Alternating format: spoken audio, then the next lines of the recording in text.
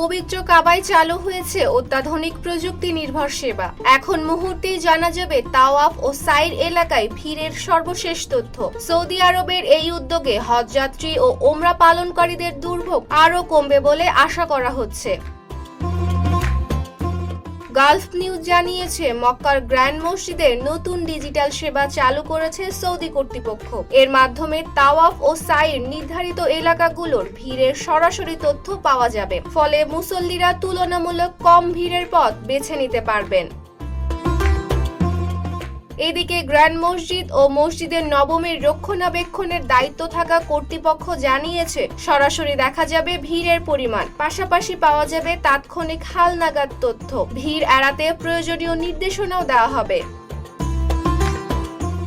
জানা গেছে, কিউআর কোডের মাধ্যমে এই সেবা ব্যবহার করা যাবে। প্ল্যাটফর্মটি নিয়মিত তথ্য হালনাগাদ করবে, ফলে মুসল্লিরা আরো স্বাচ্ছন্দ্যে তাওয়াফ ও সাই সম্পন্ন করতে পারবেন। অন্যদিকে ভিড় নিয়ন্ত্রণেও এই প্রযুক্তি গুরুত্বপূর্ণ ভূমিকা রাখবে।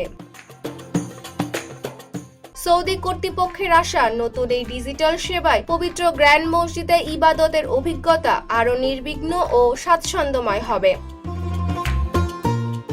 Desk report, Dhaka post.